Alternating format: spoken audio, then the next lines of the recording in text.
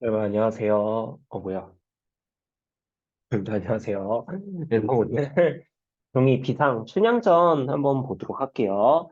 자, 우리가 춘향전에 아마 소설의 내용은 많이 아실 것 같아요. 그래서 그 몽룡이와 춘향이가 뭐 사랑을 나누는 신분을 초월한 사랑을 하는 그런 내용 여러분이 아마 뭐 옛날부터 어릴 적부터 많이 읽어봤을 거라고 생각을 하고 우리는 이것에 대해 이 작품이 이제 어떤 갈래이고 또 우리가 어떤 주제를 담고 있고 그런 거를 위주로 한번 알아보도록 할게요.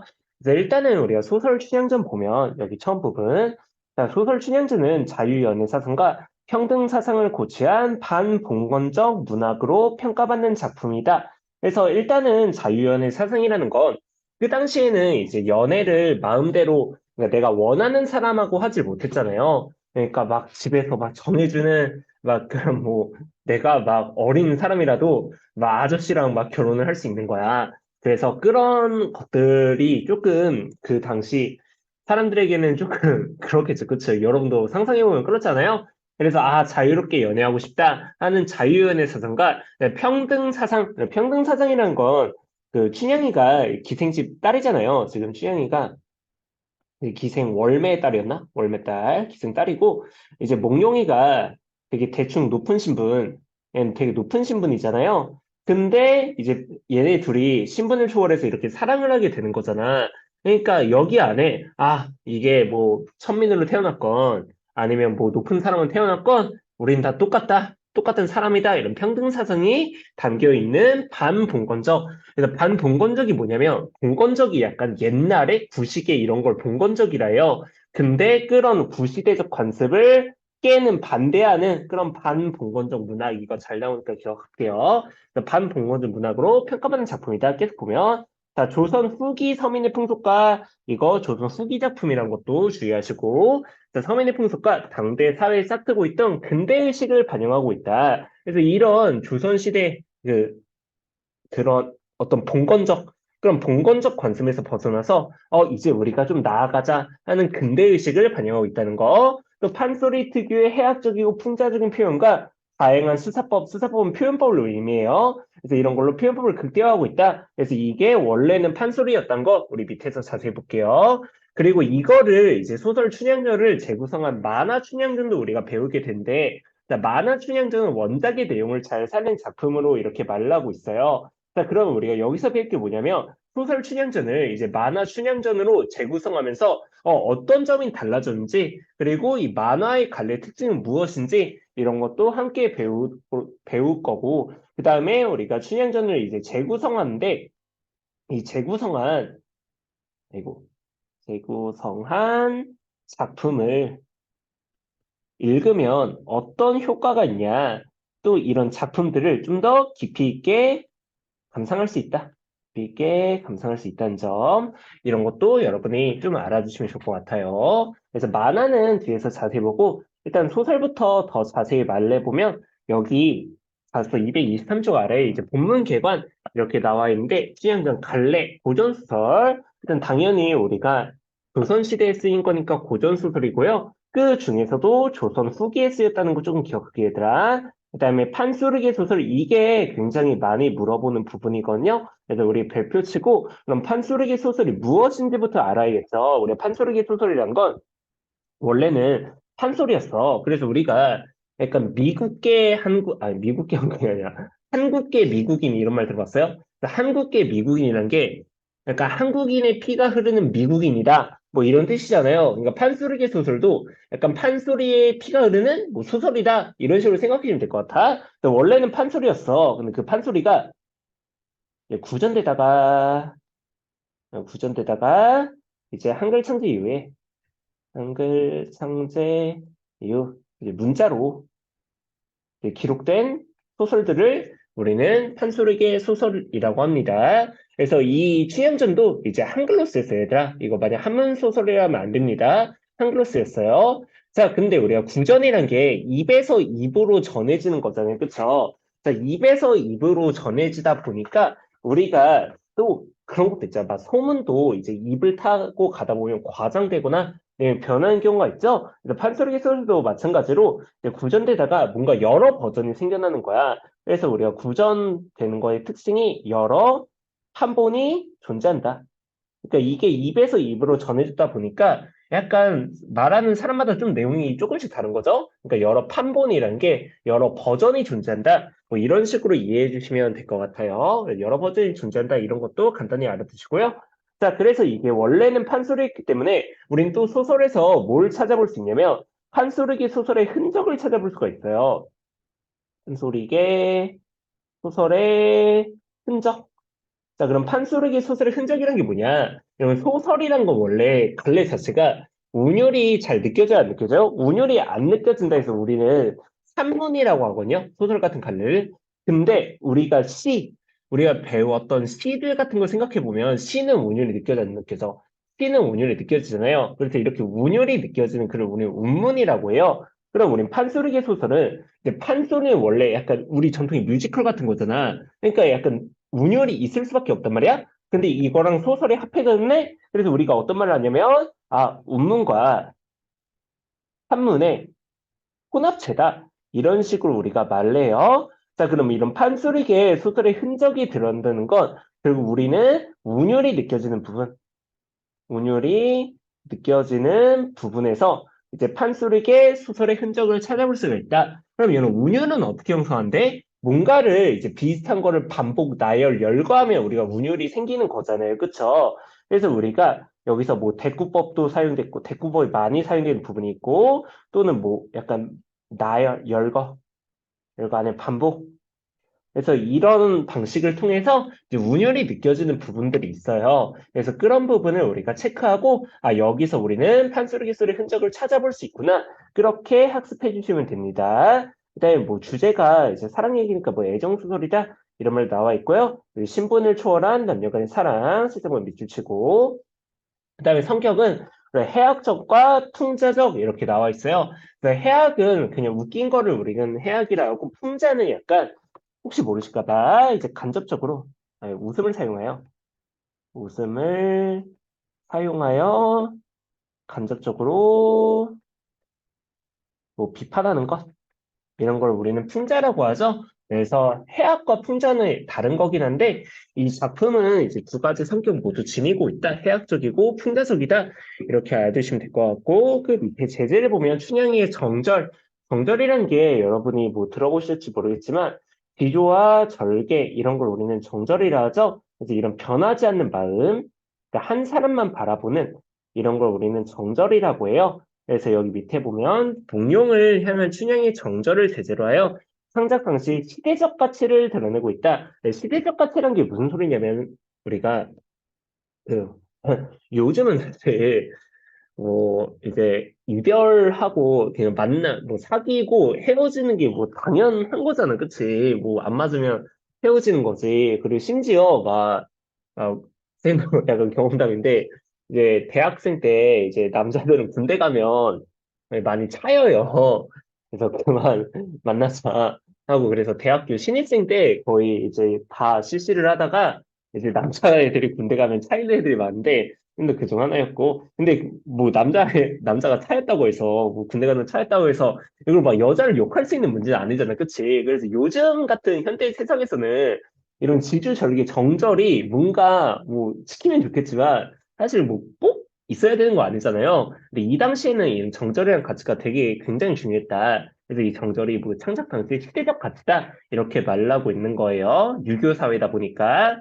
근데 이 주제 중요합니다, 여러분. 주제 보면 지고지순한 그래서 되게 다른 마음이 없고 되게 약간 깊은 남녀 간의 사랑 그다음에 탕가노리에 대한 응징 그래서 여기서 변학도로 대표되는 이런 탕가놀이가 이제 벌 받는 모습이 나올 거고, 이런 면에서 우리 뭐 권선징악, 고전소설의 일반적인 주제죠. 권선징악적인 면이 드러난다고 할 수 있고, 또 평등한 사회에 대한 갈망, 그래서 이런 건 신분을 초월한 사랑을 결국 이룬다는 점에서 이런 걸 찾아볼 수 있다고 했습니다. 그리고 밑에 판수르기 소설에 관해 간단히 나오는데, 우리가 운문과 산문이 합해진 형태라는 거 여러분들 아시면 되고요. 대표적인 작품으로 뭐 춘향전, 흥부전, 신청전 등이 있다. 그래서 사실 춘향전도 우리가 지금 배우고 있지만 고1 때도 나오는 출판사가 꽤 많고 아니면 흥부전, 심청전 이 세 개 중에 하나는 고1 때 좀 더 자세히 배우게 되어 있더라. 그러니까 춘향전을 고1 때 가서 할 수도 있는 거고 아니면 모고나 뭐 수능 같은 데 나올 수도 있는 작품이거든요. 충분히. 그러니까 여러분 이번 기회에 잘 알아두시면 좋을 것 같습니다. 그럼 우리가 춘향전 한번 가보도록 할게요. 춘향전. 자, 춘향전 보면, 자, 앞부분 줄거리, 남원 부사의 아들, 그 남원이란 곳이 이제 한양이 아닙니다, 여러분. 이거 가끔 나와요. 전라도에 전라도. 그래서 그 남원에 그 추어탕. 남원이 추어탕으로 지금 유명한데, 그 남원에 가면 그 취향이가 타던 그네가 실제로 있다고 해요. 쌤도 가보지 못했는데, 어쨌든 전라도 남원입니다, 현재. 자, 어쨌든 남원부사의 아들 몽룡이 다음날 광안로에 나갔다가 그네를 타는 기생 월매의 딸 춘향의 모습을 보고 반한다. 그래서 여기 밑에 나와 있듯이, 이제 몽룡이는 신분이 높고, 이 춘향이는 신분이 낮은데, 얘네가 이어질 거야. 그래서 신분을 초월한 사랑이다. 신분을 초월한 사랑이 나타난다. 이렇게 말을 할 수 있고, 자, 몽룡은 춘향의 집으로 찾아가 춘향과 부부의 연을 맺고 행복한 날을 보낸다. 그러나 어느 날 몽룡은 남원부사 임기가 끝난 아버지를 따라 한양으로 가게 되어 춘향이 이별을 간다. 그 남원부사로 새로 부임한 변학도가 춘향에게 수청을 강요하고, 그러니까 너 내 여자가 되라. 뭐 대충 이런 식으로 말을 한 거고, 춘향이가 이를 거절하자 춘향이를 옥에 가둔대요. 그래서 여기서 알 수 있는 이제 춘향의 모습은 되게 지조와 춘향이의 지조와 절개를 찾아볼 수 있다. 춘향이의 지조, 절개. 춘향이도 되게 어떤 성격이에요? 되게 좀 강단 있고 뭐 그런 성격이다. 이런 걸 알 수 있죠? 그리고 이런 지주 절개 혹은 뭐 정절 이런 게 그 당시에 어떤 시대적 가치다.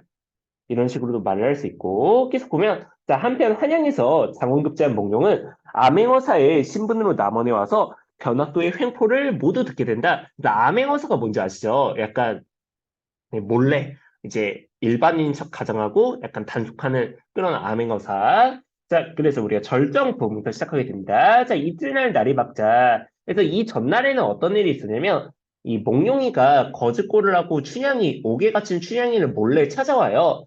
춘향이에게 자신이 암행어사가 됐다. 뭐 이런 말은 밝히지 않고 춘향아 어떻게 뭐 대충 이런 말 하다가 갑니다. 그래서 이튿날 날이 박자 조회를 끝내고 이웃들의 수령들이 남원을 몰려들었다. 운봉굴의 곡성 순창 진한 장수의 원님들이 아랫사람들을 거느리고 차례로 잔치 마당으로 들어왔다. 왼편의 행수군과 오른편의 명을 전하는 사령 한가운데 본관사또는 주인이 되어 하인불러 분부하되 자 본관사또 누군지 가끔 물어봐요. 이거 변학도 말하는 거예요. 변사또로 할게 그냥 변사또가 입에 붙어서 변사또 변사또가 이제 생일 파티를 연 상황이에요. 그래서 변사또가 주인데 하인 불러 분부하되 관청색 불러 다과상 올려라. 육고자 불러 큰소 잡고 예방 불러 악공 대령하라. 승발 불러 차일 대령하라. 사령 불러 자빈을 금하라. 자, 그래서 지금 생일 파티를 준비하는 장면인데 지금 어때요? 막 큰 소를 잡는데 그다음에 막 악기 연주하는 사람들도 부른데 그리고 다과상도 막 올리고 이런 식으로 되게 조금 사치스럽게 준비하고 있어요. 그래서 여기서 볼 수 있는 거야. 변화도 그리고 그 당시 지배층의 어떤 사치스러운 모습을 알 수 있다. 지배층의 사치스러운 모습. 그래서 몽룡이가 이걸 보고 화를 낼 거예요. 자, 계속 보면 이렇듯 요란한 가운데 깃발들이 휘날리고 사면 육가 음악소리 공중에 떠있고 초록저고리에 붉은 치마를 입은 기생들이 하얀 손을 높이 들어 춤을 춘다. 네, 사치스럽게 생일 파티를 하고 있는 모습이고 계속 가보면 자, 지화자 등실 좋다 하는 소리에 어사또 마음이 심란하다 이런 식으로 말을 하고 있어요. 자, 어사또 마음이 심란하다 이것은 누가 말을 해주고 있는 거야 얘들아? 서술자가 말을 해주고 있는 거죠. 서술자가 이렇게 인물의 마음을 직접 말을 해주고 있는 거야. 이런 건 몇 인칭 시점의 특징이에요? 3인칭 전지적 작가 시점의 특징입니다. 그래서 여러분이 앞으로 배울 고전 소설들 진짜 극히 일부 뭐 운영전 뭐 이런 작품을 제외하면 그냥 다 3인칭 전지적 작가 시점이라 생각해 주시면 돼요. 3인칭 전지적 작가 시점이니까 서술자가 이제 다 등장인물의 마음을 알고 있죠. 그러니까 여기서도 마음이 심란하다고 이렇게 직접 제시를 해주고 있는 거예요. 서술자가 인물의 심리를 직접 제시하고 있다. 근데 뒤에 만화에서는 또 약간 재질 양상이 다르거든요. 그래서 이런 거 살짝 알아두시면 좋고요. 자, 그러면 우리 몽룡이, 어사토가 몽룡이죠. 지금 몽룡이 마음이 왜 심란한 걸까? 지금 백성들은 이렇게 죽어가고 있는데 화려한 장치를 벌이고 있잖아요. 그래서 몽룡의 심정은 어떤 분노 이런 거에 가까울 거예요. 이런 사치스러운 파티를 하다니 계속 보면 자, 화를 누르고 한번 놀려줄 심산으로 어슬렁어슬렁 잔치판으로 걸어 들어갔다.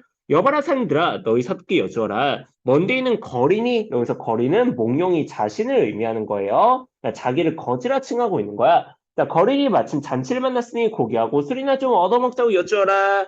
사령하나가 뛰어나와 등을 밀쳤는다. 어느 양반에게 이리 시끄럽소? 사또께서 거지는 들이지도 말라고 했으니 말도 내지 말고 나가시오. 자, 여기서 알 수 있는 건 뭐냐? 여기 보면 본관사또, 이제 변사또라고 했죠? 그래서 인색한의 뜻은 쪼잖아. 그래서 인색한 성격이 드러난다고 할 수도 있고, 우리가 또 어떤 말을 할 수 있냐면, 지금 이웃 수령들, 그러니까 같은 지배층끼리는 이제 변사또가 되게 그러니까 되게 사치스럽게 대접을 해줬어. 근데 몽룡이가 거짓골을 하고 가니까 어떻게 했어? 되게 천대를 하고 있어요. 그래서 이런 면에서 이런 변사또의 이중적 모습을 알 수 있다. 이런 말도 우리가 할 수 있겠고요. 넘어갈게요. 넘어가서 자, 계속 보면 운봉수령이 그 거동을 지켜보다가 무슨 짐작이 있었는지 변사또에게 청했다. 저 거린이 옷차림은 남루하나 양반의 후예인 듯하니 저 끝자리에 앉히고 술이나 한 잔 먹여보는 게 어떻겠어? 운봉 생각대로 하주만은 변사또는 뭔가 마음이 좀 찝찝해. 뭔가 마음에 들지 않아. 거지를 자기 파티 들인다는 게 계속 보면 마지못해 입맛을 다시며 허락을 한다. 어사또 속으로 오냐? 도적질은 내가 아마 오랏줄은 네가 져라. 이거의 의미는 뭘까요? 그래서 내가 너 생일 파티에서 이제 음식 막 다 먹어줄게. 근데 너 이따 체포될 거야. 뭐 이런 뜻입니다. 근데 밑에 보면 변사들을 혼내주겠다는 어떤 다짐 혹은 의지를 보이고 있다. 이런 식으로 말을 할 수 있겠네요. 오라줄이라는 게 그냥 지금의 약간 뭐 수감 역할을 하는 거라 보시면 돼요. 범죄자 체포할 때 이렇게 묶는 거. 자, 오라줄은 네가 져라. 계속 보면 되뇌이며 주먹을 꽉 쥐고 있는데 운봉수령이 사령을 부른다. 저 양반 드시라고 해라.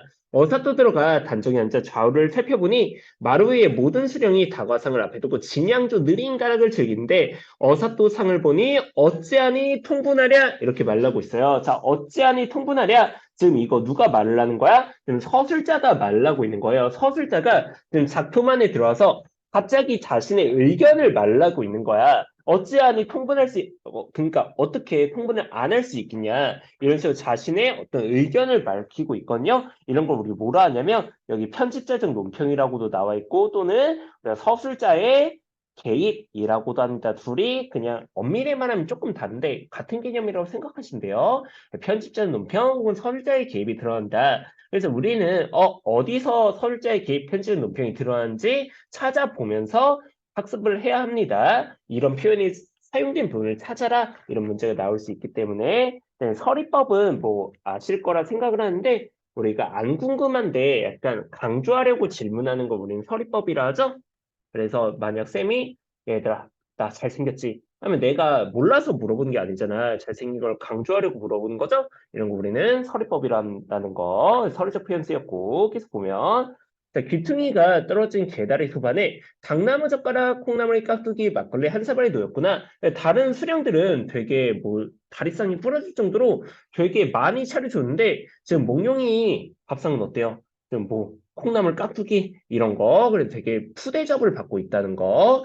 그래서 상을 발로 착 던지며 운봉의 갈비를 슬쩍 집어들고 갈비 한 대 먹읍시다. 다리도 잡수시오 이렇게 말하고 있어요. 그래서 지금 말장난을 한 거죠. 그래서 운봉이 그냥 먹는 갈비를 이렇게 집어들고 내가 당신 그 갈비찜 하나 먹어도 돼요? 하니까 이 운봉은 뭐라 한 거야? 이 갈비 대신에 다리도 먹어도 된다. 왜냐면 사람의 신체 중에서도 이제 갈비뼈 부분이 있잖아요. 그래서 여기 보면 신체 부위인 갈비와 음식 갈비를 이용해서 해학적으로 표현했다. 웃기게 표현했다. 물론 여러분이 웃기진 않겠지, 그치? 근데 웃긴 거라고 합시다. 그래서 여기서 언어 유희, 이런 말장난을 우리는 언어 유희라고 하고요. 신체 부위인 갈비와 음식 갈비, 이걸 이용했으니까 이제 소리는 똑같고 의미는 다른 동음, 이의, 어를 활용해서 이제 언어 유희를 사용해서 해학성을 어떻게 했다? 높였다. 이런 식으로까지 이어갈 수가 있겠네요. 계속 볼게요. 자, 하고 운봉하는 말이 이런 장치의 풍류로만 놀아서는 맛이 적으니 그러니까 술만 마셔서는 이제 기생들 노래만 불러서는 맛이 적으니 운자를 따라 시 한 수씩 지어보면 어떻겠어? 그래서 뭐 N행시라고 하죠. 그래서 뭐 삼행시 같은 거 그런 거 지어보자. 자, 그 말이 옳다. 다들 찬성을 했다. 운봉이 먼저 운을 낼 때 높을 고자, 기름 고자 두 자를 넣고 차례로 운을 따라 시를 지었다. 앞사람이 끝나면 뒷사람이 받아 시를 지을 때 어사또 끼어들어 하는 말이 이 거린도 어려서 글을 좀 읽었는데 좋은 잔치를 맞아 술과 안주를 포식하고 자 몽룡이가 진짜 막 술과 안주를 포식했어요? 아니죠? 지금 비꼬고 있는 거죠? 이제 반어적 표현 자, 반어 표현이 사용됐다는 거 계속 보면 혹시 모르실까 봐 반어적 표현은 반대로 말하는 거 그 다음 계속 보면 그냥 가기가 염치가 아니니 한수하게 쏘이다 운동이 반갑게 듣고 북과 별을 내주니 백성들의 사정과 본관사또의 정체를 생각하여 시 한 편을 써 내려갔다 하고 밑에 시가 하나 나오는데 우리는 오른쪽에 있는 시로 볼게요. 자, 오른쪽에 있는 시로 보면 똑같은 시예요. 왼쪽이랑 오른쪽이랑. 자, 금술잔에 좋은 술은 수많은 사람의 피요 이렇게 말하고 있어요. 그럼 몽룡이가 이 시를 통해서 말하고자 하는 바는 뭘까? 야, 지배층들아, 니네가 먹고 있는 좋은 술이 이런 백성들의 피가 흐른 거다. 이런 식으로 말하고 있는 거예요. 그래서 이 시는 몽룡이가 왜 지은 거야? 이 지배층들, 그래서 지배층들의 가렴주구라거든요. 가렴주구? 여기 나와 있네. 자, 가렴주구라는 게 되게 가혹한 백성을 수탈하는 가혹한 정치를 우리는 가렴주구라고 해요. 또 이런 가렴주구를 뭐 하고 있다? 비판하고 있다. 이렇게 우리가 말을 할 수 있고, 그다음에 이 시에 쓰인 표현법도 좀 보면은 자, 뭐뭐는 뭐뭐다, A는 B다. 자, 이런 표현법을 우리 뭐라 하죠? 은유법이라 하죠? 네, 은유법 쓰였고, 또 밑줄 보면 옥쟁방의 좋은 안주는 만백성의 기름이라 자, A는 B 비슷한 문장 구조가 이렇게 반복되고 있잖아요. 이렇게 비슷한 문장 구조의 반복을 우리 무슨 법이라 해요? 대구법이라 하죠. 그래서 은유법과 대구법을 사용해서 이런 가렴주구를 비판하고 있구나. 그러면 이렇게 알아두시면 되고요. 그 다음에 또 중요한 게 이 시의 기능이 되게 중요하거든요. 이 시의 기능. 그래서 이렇게 소설 속에 시가 삽입되면 어떤 효과가 있냐, 그걸 한번 적어볼게요. 일단 첫 번째로, 지금 이 작품이 주제 자체가 이런 탐관오리를 비판하는 그런 주제가 있다고 했어요. 그런 주제를 우리 눈에 확실히 보이게 하는 게 이 시의 역할이거든요. 이걸 우리가 조금 유식한 말로 써볼게요. 유식한 말로 뭐라 할 거냐면, 비판의식, 곧 이 소설의 주제죠. 이 비판의식을 형상화하고 있다. 그러니까 우리에게 확 느껴지게 하고 있다. 뭐 이렇게 말할 수 있고 또는 이런 비판의식을 뭐 요약적으로 제시하고 있다. 뭐 이런 말도 어려운 시험이면 충분히 나올 수 있고 계속 보면 자 우리가 앞에서는 이제 운봉이와 몽룡이가 뭐 갈비 가지고 농담 따먹기 하다가 이제 웃겼잖아, 그치? 근데 이 시 이후에는 어떻게 써? 약간 조금 뭔가 진지해진단 말이야. 그래서 우리가 분위기를 전환시킨다. 그러니까 조금 이제 긴장되는 분위기로 이제 바뀌게 되는 거예요. 그래서 목요일 이시를 진다면 어떻게 하겠어? 얘네들을 싹 다 이제 체포를 할 거잖아, 그치? 그래서 앞으로의 사건 전개를 예고한다. 사건 전개 예고. 그리고 우리가 사건이 어떻게 전개될지 대충 알았으니까 긴장감이 높아지고. 그다음에 이거는 진짜 어려운 시험에서 나오는 건데 그냥 고등 때도 이 표현 많이 쓰니까 좀 알아둘게요. 산문의 단조로움을 피한다. 근데 이렇게 소설 안에서 시가 들어가게 되면은 우리는 이 말을 100%할 수 있어요. 산문의 단조로움을 피한다는 거. 그러니까 산문이라는 게 아까 소설 같은 걸 다 산문이라 한다 했잖아요. 그래서 산문 소설을 쭉 읽다 보면 조금 힘들어. 그치? 시를 읽는 것보다 훨씬 힘들잖아. 근데 중간에 이렇게 시 한번 딱 나와주면 약간 지루한 게 덜하고 약간 조금 뭔가 마음 편해져. 산문의 단조로움을 피한다. 이런 말도 알아듣도록 합시다. 네, 우리 이 시의 기능 중요하다 했고요. 넘어갈게요. 넘어가서.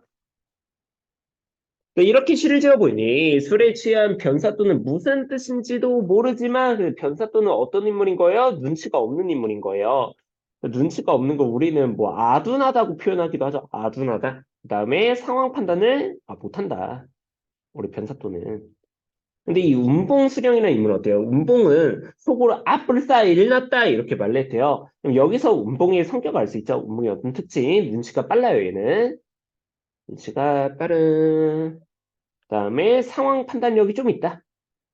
지금 어떻게 돌아가고 있는 건지 살짝 좀 아는 인물이다. 우리 이런 말 할 수 있고 계속 보면 앞으로 살려놨다 가슴이 철렁 내려앉았다. 이때 어서 또 하직하고 간 연후에 운봉이 공영불로 분무한다. 아야 일났다. 자 공방불로 자리단속 경방불로 역마단속. 그래서 지금 운봉이 지금 이제 시켜서 야 빨리 단속해. 빨리 지금 이거 정리해 하고 있는 거예요. 그래서 병방불로 역마단속이네요. 자 관청색 불러 다과상 단속. 옥사정 불러 죄인 단속, 집사 불러 형벌 기구 단속, 형방 불러 서류 단속, 사령 불러 수직 단속 한참 이렇게 요란할 때 눈치 없는 본관사도 운봉을 향해 말이 던진다. 근데 우리가 방금 여기 부분을 읽게 되었는데 여러분 여기 부분을 읽을 때 어땠어요? 약간 뭔가 운율이 느껴지지 않아요? 그럼 운율이 왜 느껴지는 걸까? 뭔가 단속 이런 비슷한 게 계속 반복되잖아요. 그래서 여기 보면은 열거와 대구의 방법을 통해 긴장감을 고조했다. 뭐 이런 말도 나오고요. 또 우리가 여기가 아까 말을 했던 판소리개 소설의 흔적이에요.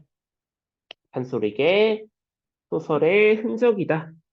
자, 왜? 여기서 운율이 느껴지니까. 그래서 이런 열거, 뭐 대꾸, 이런 거, 뭐 반복, 이런 걸 사용하면서 이제 운율이 느껴지기 때문에 우리가 이런 부분을 이제 판소리 소설의 흔적이라 하는구나 알아두시면 되고요. 그리고 우리가 또 몇 가지만 더 적어보면 상황을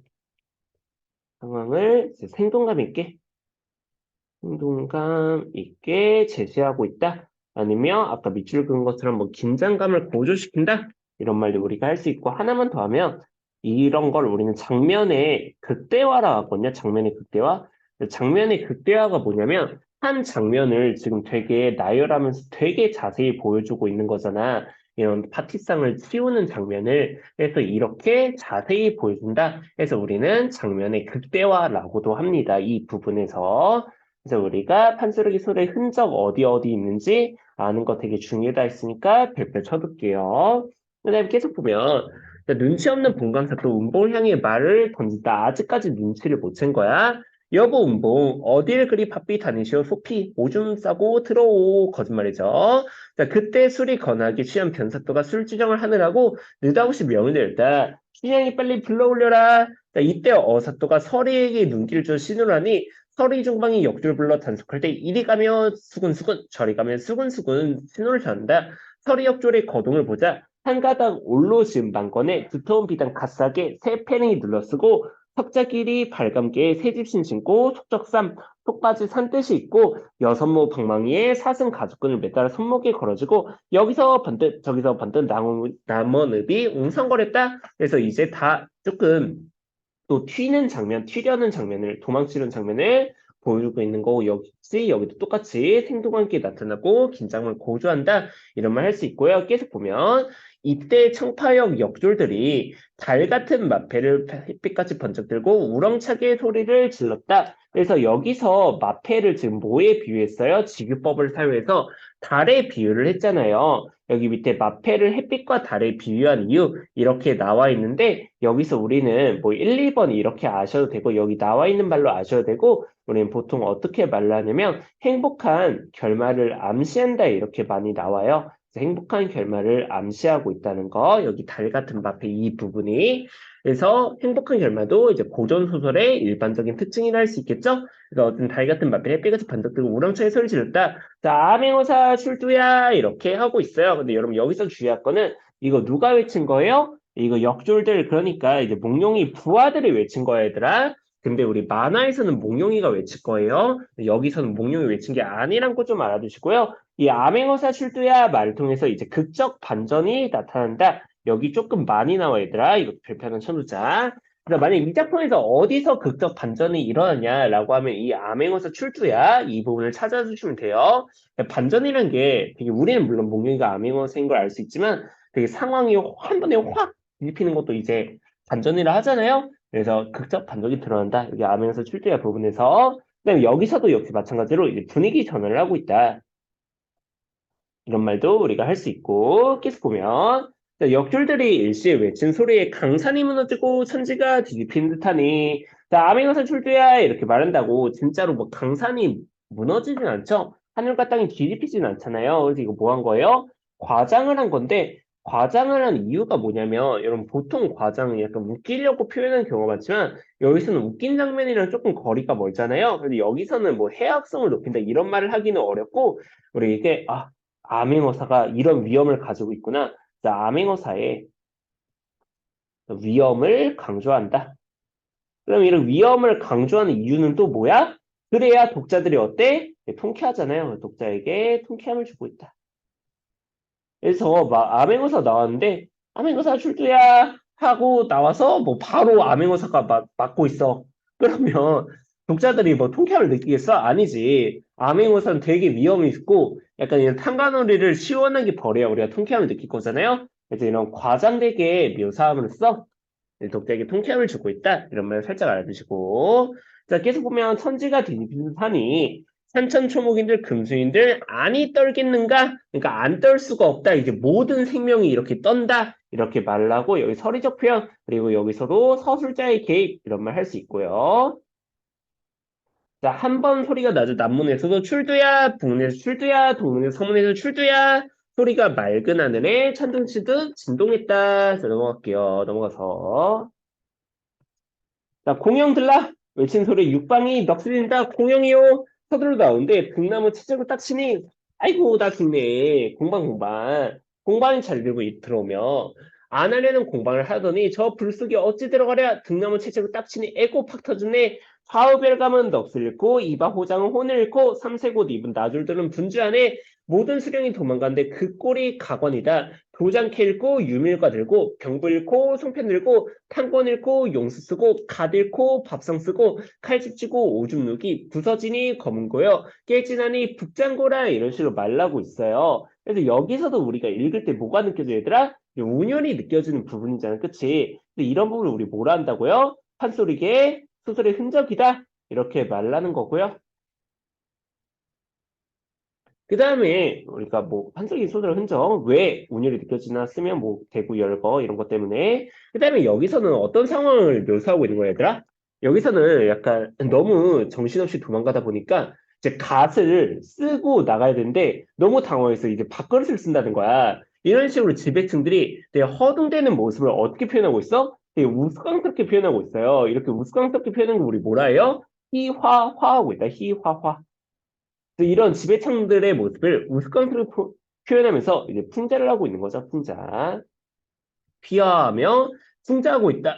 이런 말을 우리가 할 수가 있고 그 다음에 우리 계속 볼게요. 계속 보면 자, 분간사또 똥을 싸고 멍석 구멍에 생기 눈 듯하면서 관아 깊숙한 안채로 들어가면 급히 내뱉는 말이 추워라 문 들어온다 바람 닫아라 물 마르다 목 들으라 이것도 말장난이죠. 어떤 말장난이야? 우리가 바람 들어온다 문 닫아라 이렇게 말해야 맞는데 얘가 너무 당황한 나머지 바람 들어온다 아니 문 들어온다 바람 닫아라 이렇게 말하고 있잖아요. 그래서 여기서도 말장난 언어유희가 사용됐고 이게 어떤 언어유희냐 낱말의 위치를 바꿨대요. 그래서 이런 걸 언어의 도치라고 하거든요.